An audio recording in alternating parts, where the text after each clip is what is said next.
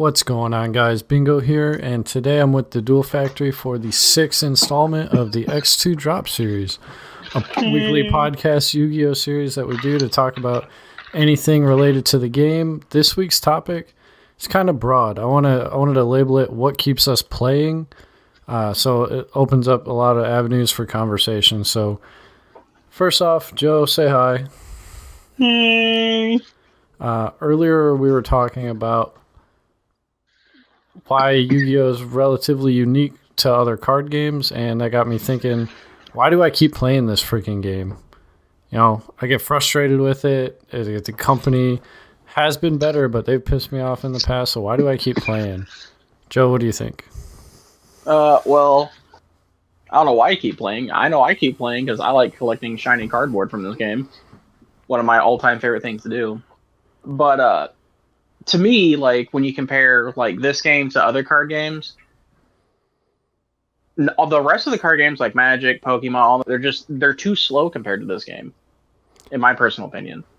And what I mean by that is, like, there's nothing wrong interacting with your opponent. Like, one of my favorite formats of all time is 2014 Nationals format, where you just grinded out games between each other. But I don't want to sit there playing, like, a 60-turn game, like you see in, like, Magic or Pokemon or stuff like that, where you just keep going back and forth, back and forth. Yeah. Plus, like, we think some of the card effects are ridiculous in our card game, and then you go to, like, Pokemon, I think they had a card that's called In that just lets you draw 7 for no cost. Like, what? Yeah, so Yu-Gi-Oh! Is extremely unique because of the interactivity as well as the card pool. So with Magic, it's a really slow build-up for the most part, like, especially in standard format, right? You're playing a land, you're playing a card, back and forth. It's going to be like a 30, 40-turn game usually. And then Pokemon, there's literal zero interactivity with your opponent on your turn. So you do what you have to do, they do what they have to do, and it's a back and forth. And that's why Yu-Gi-Oh! You have to outthink your opponent more so than especially Pokemon, and I think more so than Magic.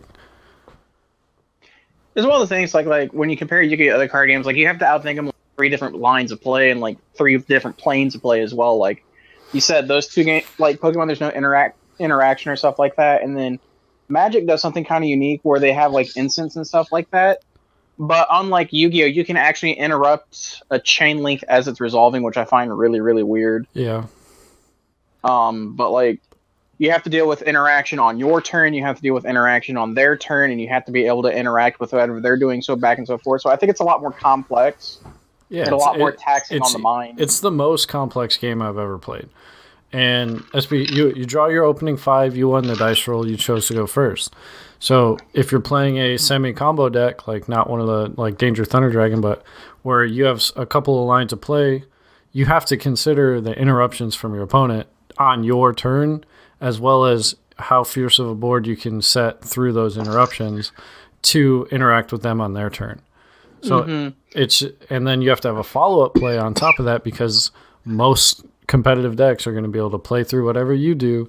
You just need to out-resource them. And I feel like that's something other card games don't have, because they have a resource system like energy or lands or land or mana or whatever. And everything in Yu-Gi-Oh! Is just free. You know, it's free as hell. Activate Another thing Barrage. to consider with activate Barrage. 1 card turns into 8. But another thing to think about, like with our card games and stuff, like Yu-Gi-Oh! Is one of the only games that I know of that doesn't have like a mulligan system. Like, for example, like in Magic, you draw. I think it's the same thing with Pokemon too. You open up with 7, but in Magic, if you don't like your hand, you can option to mulligan. Yeah, you willingly and draw 6, right? Draw a new hand, but you draw 1 less. And then same with Pokemon. If you don't open any basic Pokemon, you basically get a mulligan your hand, don't you? Yeah, you mulligan, draw the same amount, but your opponent gets the option to draw an extra card for every mulligan. Right. And see, our card game doesn't have that, so that's why I think deck building is infinitely more important in our card game than it is the other 2 card games, because you have to build your deck not only to be able to do something specific, but it also has to be built with consistency. Because in Yu-Gi-Oh!, if you brick, you're just shit out of luck. You're shit out of luck. Yeah, like in Pokemon, there's these, they're called quad decks. So you're playing 4 Pokemon, they're 4 basic Pokemon, and you mulligan until you draw that. Like, it doesn't matter how many cards you give your opponent, because they can't do they can only play one supporter, they can only play one energy, and they can't evolve the turn a card set down. So it doesn't really matter how many cards you're giving them. You're giving them more lines of play, but there's only so much they can do with that. You give a Yu-Gi-Oh player one extra card, like, game's it's like the right hand of God came down and blessed that man right there. You'll banish 25% of your deck to draw an extra card, right? That's what we do, because that's so important. So not being able to mulligan, you're playing Garnet and Cobra, or like a brick card, and you're just willingly like, okay, if I draw it, I'm screwed. Yeah, this is one of the things, like, card economy is so important in Yu-Gi-Oh! That it's just unreal. Because, like you said, that one card literally changes the entire dynamic of the game. Because, one, Yu-Gi-Oh! Doesn't have summoning sickness. It doesn't have mana-based cards, energy-based cards, or anything like that. So there's nothing most of the time. Yeah, you don't have to invest anything into doing any of the actions that you're doing other than what the card reads itself. And, like, it's not like any other game. Life points just don't matter in our card game, like, whatsoever. The last one, right? The last one. That's the only one that matters. Now, I will give the benefit that one of the things I don't like about our game is the time constraints and stuff like that. I feel like they're a lot worse in our game now compared to other games. But, I mean... Yeah, Pokemon tournaments, like our regional equivalent, I believe they're 60 minutes per round, but you'll actually only play one match. Say that like that's insane. Yeah, it's wild. But, I mean, you can go back and forth on and stuff like that, but, like, at the end of the day, when you think about, like, the comparison of the card games, there's just nothing like Yu-Gi-Oh! Or any other card game that you can compare that's like it. Now, don't get me wrong, I've sat there, because I have a bunch of buddies who play Magic themselves, and I've sat there and watched a lot of Magic Grand Prix and stuff like that, and there's a lot of complexities that can go into Magic and stuff like that, but not nearly to the level our card games at whatsoever. Yeah, and don't get me wrong, I think Magic's a fun game. I just haven't ever wanted to invest my time or money into the game because I feel like it's not as rewarding in the sense of playing. Obviously, their prize support is way better, but that's not for this topic. But yeah, we can go on about prize support for days. I really don't want to, because that's one of my biggest complaints about the game. But outplaying your opponent in Yu-Gi-Oh! I feel like is way more rewarding than in Pokemon, because like in Pokemon you could just have a bad matchup because they have weakness on you. Like you're like win rate is 20% against that matchup. Like, it's stupid. I think Yu-Gi-Oh! Has that kind of like a little bit, but it's not to the extreme as other card games are. Yeah, it's like Striker versus Thunder Dragon. Obviously, it's a bad matchup, but... Yeah, it's a bad matchup for Striker, but like over time, like Striker's just proved to have been the most consistent and best deck of our current format and stuff like that. Even though Thunder just has the superior matchup against it. It all comes down to piloting at that point. Yep. And that's why... And I think... Go ahead. That's why I think it's so important in Yu-Gi-Oh! Not only the deck building, but the pilot behind the deck. Because someone who's playing someone who has a bad matchup against 80% in the field could easily just finish 9-0 at an event just because he knows the deck in and out better than most people at that table. Yeah, you're rewarded for being a good player, and I like to bring it back to Zoo format. You give a bad player Zoo, and you give a good player a deck that's not Zoo. Like, the guy that's not playing Zoo is probably going to win if he's like, knows what the heck he's doing. That's if he the knows point like of the argument. intricacies. Like, it's just your knowledge on the game heavily impacts the outcome of every game you play, and I feel like that applies to every game, right? But I feel like it's more so, there's over 20,000 cards in this game, and probably a couple thousand of them have been meta relevant. Is can you remember every card, every effect, every interaction that's relevant in the current format? And that's where people are like a good and a great player, right? Yeah, saying card knowledge is everything, especially in our card game, because you have to know the intricacy. Okay, so it's also an our card game where like the English language is a fucking bitch, like by far. One semicolon, one comma, one period, one capital letter, one space here or there. It is insane. So you have to sit there and you have to think of all the intricacies and all the stuff because there's if you can effects, win effects, and stuff like that. You have to know when stuff mistimes and stuff like that. And mandatory effects. Like, I think one of the biggest things that happens is when older cards resurge back into our format because we don't have like a set rotation like everything else. Everything is legal depending on what the ban list is. You have to go back to rulings from like 2011 and compare and then apply them to 2019 modern day Yu-Gi-Oh and stuff like that. And then that's where you have like judges discussing back and forth and stuff like that. Well, hey, maybe this ruling was wrong all the way back then or something like that. And that's one of the interesting things about our card game is rulings between cards and stuff like that are always evolving and stuff like that. So it keeps you on your toes because then you play differently when you have that kind of information. Yeah, and then here's an example for me. Like, I came back in late 2016, right? So I was watching an event coverage from, it was True Draco versus, it was either Dino Yang Zings or I don't remember the exact matchup, but was it Worlds? I have no idea. All I know is there was a set Yang Zing monster. I don't know. There was a floodgate on the field because it's True Draco, right? But obviously. Oh, it's Imperial Order, and he activates Pot of Duality. He activates Pot of Duality under Imperial Order, and then chains Masterpiece to pop the Yang Zing. I was like, why did he do that? And then I found out the whole Yang Zing archetype misses timing, and I was like, what the hell is misses timing? I'll give you one better. So I had played Yu-Gi-Oh a lot when I was in 2006 and 7 down in the Florida area. While I was in high school, but then I gave it up because I was playing sports in high school and stuff like that. I just didn't have time for it. So then that's 2006, 2007. Fast forward, I'm in college in 2011. So about a 4 to 5 year break there. I can't remember if it's 2006, 2007, but it was a 4 or 5 year break. And I come back to the game. I had never seen a Synchro monster. I've never seen an XYZ monster, and I had no idea what the hell Master Rule 2 was. And I just found out that they took away priority. Ooh. So I had no idea what was going on. And there's all sorts of stuff. Yeah. Because, I mean, like I just said, I came back in 2016. And this is coming from 2005. Was the last time I played Yu-Gi-Oh! And back then it was Rituals and Fusions. And I saw a pendulum monster for the first time. And I'm like, what the heck is this what thing? Does this do? Like because I was learning Synchro, I was learning Xyz, I was learning Pendulum, and I was just like, this is too much. I'm just gonna forget about Pendulum for a while.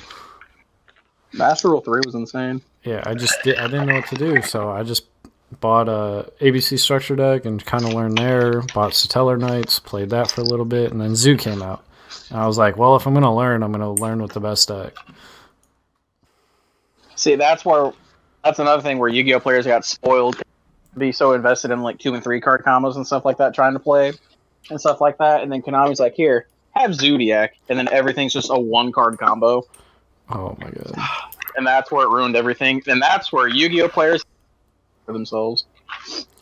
Yeah, we got spoiled, man. Like I'm just saying, summon 1 monster that happens to have Rat Pier in its name, and you just go plus 9, 10, 11, sometimes 12. Like I liked some of the oddball stuff in that format where they'd have like a Kagasuchi on the field and like attach Whiptail or like a Tiger King, before Zoo was figured out and people were like playing a Tiger King to search Tanky and stuff like that. Deck building during Zoo format was insane because you saw a lot. I hadn't seen playing in a long time get put into those decks. Yeah, like you had oh my god! Go ahead. Compulsory Evacuation Device came back. My Body's a Shield came back. Book of Moon had not been played for almost 2 years, and that card came back. Yeah, Master Rule 4 Zoo, Book of Moon, Floodgate Trap Hole, and then sometime in that format you had 60 card Paleo Zoo. Oh yeah, we had that brief 3-week period in Yu-Gi-Oh where 60 card decks just became the norm. Didn't Paleo win 2 YCSs? Yeah, so the first YCS that Zoo was on, I'm pretty sure it was, Corey Roca, which, everyone knows Corey Roca is by now, especially if you've been playing for a while. One with Paleo, then the next one won by Zoo, and then just randomly out of nowhere, since 60 card decks became the norm, Josh, what was his name? Joshua Schmidt comes out of nowhere and just plays. Everyone's playing like 60 card Infernoid Zoo, and this man just randomly playing 60 card Paleo because all he likes to do is play trap cards anyway. He just wins a 60 card Paleo, beating Billy Brake. Yeah, that format was wild. I mean, it was kind of unfair to people like budget players. I'll be honest, but like there wasn't a budget alternative. Like, let's be real. Well, in Yu-Gi-Oh, all tier 0 formats are on to budget players, unfortunately, because everyone's playing the same deck. But like when you're at like a super high competitive level, it's like Nirvana for Yu-Gi-Oh players when you're playing tier 0 formats and stuff like that. Because everyone's playing the same thing. Tier 0 formats, I feel like I enjoy the most because Zoo format was awesome. Spiral format, I'm not a fan of Spiral in the sense that like I just don't play it very well. Like, I don't know, my brain just doesn't wrap around the combos very well. Spiral is super complex. Yeah, Spiral is insane. Super. But the best part about Spiral format is everyone was playing it, so you could deck build. Even if you're playing Rogue tier 2, you can build knowing that the majority of your matchups are going to be Spiral. Spiral format was kind of insane too, because like one of the big things in Yu-Gi-Oh, right, compared to other, like you just want to go first no matter what. Spiral format, everyone wanted to go second. Yeah, that format developed in such a weird way because it was going first and then going second Spiral, and then I think it went back to going first, and then the ban list happened, and then Pendulum became the best deck. That's another thing too, especially with another format you can look at is Necros format, which you would probably have gone nuts over. But the norm during Necros format and Duelist Alliance format is a lot of the decks were just better going second. Like Shadal was better going second, Necros was better going second. I never once ran into a BA player before Necros came out that ever wanted to go first and stuff like that, and where like second was just going the norm because we had the rule change in Master Rule 3 where you don't get a draw for turn, and that was huge. Yeah. But speaking of Necros format, one of the reasons I like keep investing in this game and keep playing it is everything I buy, like, regardless of how bad it is, I can play it outside of the Forbidden and Limited list, right? Yeah. So, like, I still have my first edition Yatagarasu's. I still have my burn deck, like, cards from 2006. Like, I have those. They're not viable, but the collection is still playable. Everything in Yu-Gi-Oh!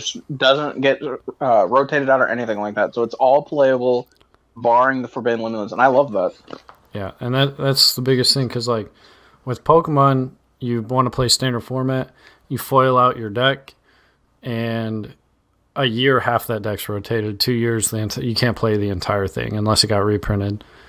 And that's probably why I stopped investing in it, / my expensive binder got stolen. But it's funny, too, that you mentioned that, because people are like, oh, well, at least safe and... Hold on, you cut out? Can you hear me now? Yeah. So a lot of people I know who make the arguments with me, well, this is a safe investment because it's not getting rotated out for another year or something like that. Yeah, but it's getting rotated out. And I'm like, well, what's the way that mean? I'm like, that doesn't make it a safe investment. That gives it a timed investment. You at least know when to buy and sell. But in Yu-Gi-Oh! And stuff like that, especially like your older cards and stuff like that, those are always going to be safe investment. Especially like, what is it? Me and you, we collect high-end cards all the time. And like, especially like lately for me and stuff like that, I've been collecting stuff from like Cybernetic Revolution, Flames of Eternity, and stuff like what is it? This week I picked up an Ulti First at King Dragoon, and that's an expensive pickup. But I know it's going to retain value for the lifetime of this card game because it's just one of those classic cards, you know? Yeah, if like the older you go, the safer the card is. Obviously, if a card's really old, it's probably had a few reprints, so the max rarity version's not going to lose value. And you'll know that you spent 100, I don't know, like Ultimexi. It's a horrible example, but that card's gotten every foil printing there is. So you know that the max rarity version, even at its most unplayable state, is still an insanely expensive card. It just retains value, man. Yeah, and if it ever does become playable, man, I don't even want to think about it. The market's going to go nuts. Yeah. What's this? I think that, to me, especially on the collector side, makes it infinitely more appealing than the other card games. Now, granted, Magic has some like classic stuff. Like obviously everyone knows about Black Lotus and stuff like that, and other cards like Termagoyf and shit like that. They're always going to retain their value, but like I don't know. Yeah, and you definitely can invest. I feel like if you're looking to make money directly off of opening product and going to tournaments, Magic actually has a lot better value in it because the stuff in standard format, if there's a good set or a good reprint set, you can open any pack and have value. With Yu-Gi-Oh, current stuff is very, possible. Very poor. Like, modern product is not worth buying unless it's something like Dual Power or Battles of the Legend, where you can open it and probably make 25 to 50% of what you put into it, unless you got it for less than retail, and then you could actually turn a relatively good profit. The only exception is Douglas French, who opens broken all the time. Yeah, Doug French opens 4 impermanents out of a case. Broken every time. Every time. And he got it for fucking 60%. Must be nice being gay.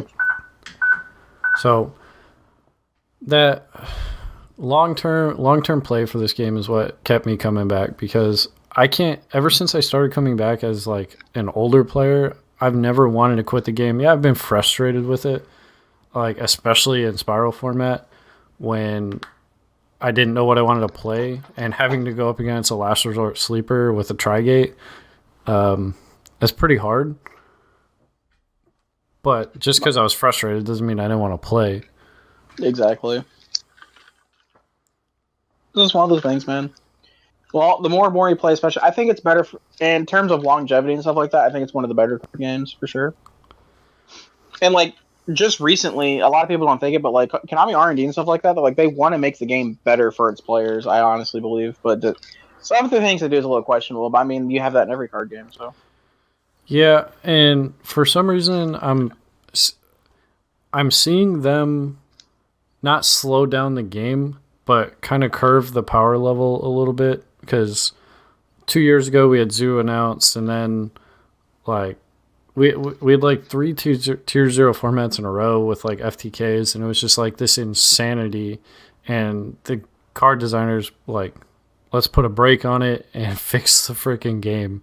It got out of hand. Konami thought it was okay to give us Goki with Firewall. That was just not okay. Yeah, I don't know what they were thinking with that card. I mean, in theory, if you look at Master Roll 4 and you look at the requirements to make Spiral pop off, like, or not Spiral, Firewall, like, it seems really difficult. And then you give Yu-Gi-Oh players a beer in 30 minutes and they break the freaking game. Yeah, no shit. Like, it's unpopular opinion, though.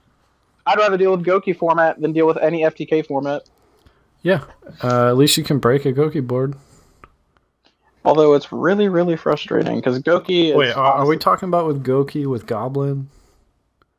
I mean, whatever. Okay, so let's just go through the evolution of Goki and how frustrating it was to deal with, alright? So you have original Goki that had Firewall, and it had Goblin, so you're ending on an extra link that, you can't target. So that was frustrating to begin with. That was really frustrating. And then you have new Goki that are like, oh, let's take Goblin away, but now they're just taking your hand from you and forcing you to play. Yeah, so I mean... Freaking Gumblar. Who thought Gumblar was a good card for the game? Like it's just an FTK on its own. Let's rip 4 cards out of your opponent's hand next to a Trigate. Yeah, that makes sense. Yeah, and then let's go even further into this. So then you're like, okay, we're gonna take Firewall away from you. Okay, that's fine. We're just gonna make Rongo, and if we can't Rongo you, we're just gonna Gumblar you anyway. They kept letting them have cards that were unfair. Yeah, and it's just like, it just gets to the point, man. Like, yeah, because Rongo was legal for what, 6 years? Like forever. Yeah. World Superstars came out in 2015. 15. Okay, so it was legal for almost 4 years, and did nothing. It was like you soul charged in Satellar Knight, or you went uninterrupted for 2 turns and you made it, right? That was the best Rongo's ever been. And then they give us Gossip Shadow. Like, oh my god. It's just funny, man. Like, who thought that was a good idea? FTKs, and I'm like, what are you talking about? They took all the FTKs. They still have an FTK. It just doesn't burn or deck you out or anything like that. It just makes it unplayable for you. It's still an FTK. God. I don't even remember Goki format. I'll be honest. Like, what did I play? Oh, I was playing Altergeist because it had a really good Goki matchup. That was before Striker, right? No, Striker was. Yeah, I was playing Striker then. It was either Invoked. Oh, I was playing Sky Striker Invoked then. Yeah, people were complaining because Goblin made. I mean, they were right to complain. Goblin made it so hard to play. Goblin's insane. Like getting an extra normal summon and targeting protection for anything that's touched by a Link monster. It's broken. Oh my god, that's great. Easy peasy, kids. Easy peasy. All right, so what are your hopes for the next 6 months to a year for Yu-Gi-Oh? 6 months to a year? Well, I need water to be playable again. That's a start. Okay. In terms of like what's happening now, because now it's just I want Yu-Gi-Oh to go from less of build board deck, and I want it to go back to like 2014, maybe even 2012. You actually sat down and played a game with your opponent, not just sit there watching them play with themselves for 10 minutes. Yeah, I want. And then get to the next game. I want to see more of that. I want there to be less Danger Thunder Dragon, and I don't want to say more Guru Control because that's horrible. Guru Control is horrible. I'd go with somewhere between like less than Sky Striker, but more than Trickstar. somewhere in between there would be alright. So yeah, I mean that's what I want. I just want it to slow down a little bit and not have to deal with Goliath, Zombie Stein, all that stuff. Colossus. Yeah. Colossus. Who thought that was a good idea? Colossus? I don't know. Someone probably sat there and just thought to themselves, "Hey, let's just revamp this Thunder Dragon archetype." And they're like, "You know what card used to be good, but no one really thinks about it anymore? Mistake. We'll turn that into a monster, and it's going to be all right because it's not good now. So it won't be good now. Never have they been so wrong."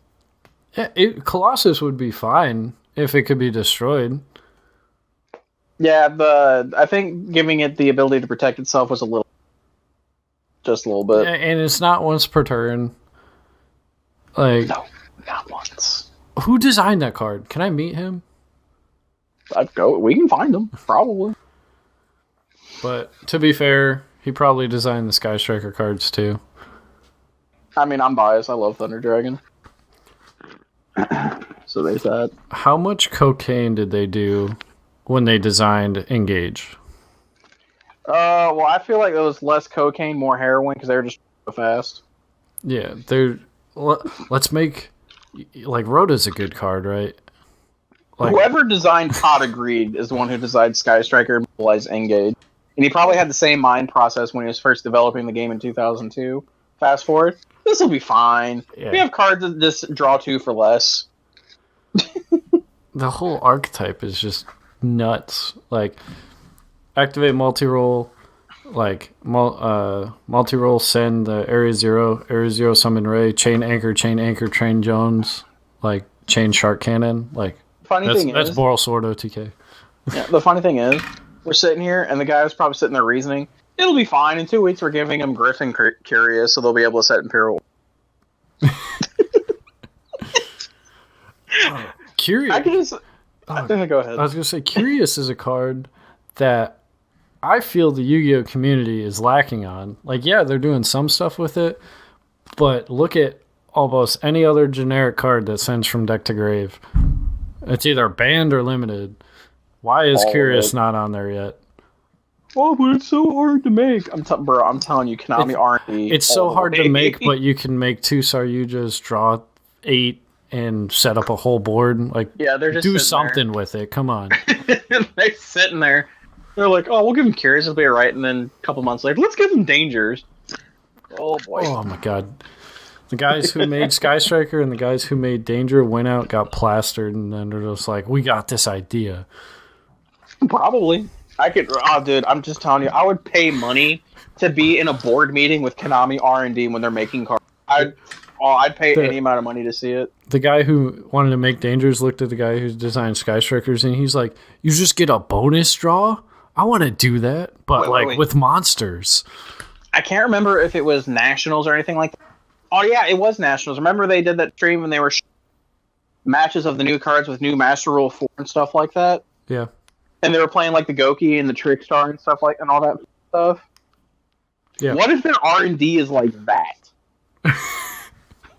They like barely know how to play the game. Yeah, they're sitting there. Oh, there's this new Goki deck, and we're watching this guy play the Goki deck, and looking back at it now, what he was doing compared to what he could have been doing, it was just 100% wrong. They like neg 2 to make Thunder Ogre and then pass. Exactly. That's R&D. Exactly how. Oh god, I would love to be in on that. Oh my god. Okay, guys. Well, it's been fun this week. That's why we keep playing Yu-Gi-Oh. Kind of, sort of. Joe, you got any closing comments? Don't invest money into this game. I disagree. The minute you put one penny in it, you're too deep. Yep. Well, it's been Bingo and the Duel Factory with episode 6 of X2 Drop. If you've enjoyed this video on YouTube, check us out on iTunes, Spotify, and Google Play Store to watch the other episodes. We come out every Monday. And check out both our YouTube channels. We upload as much as possible for Yu-Gi-Oh content. We got feature matches, some other stuff I can't remember right now, and I'm trying to close out this video. Peace out. Okay, bye.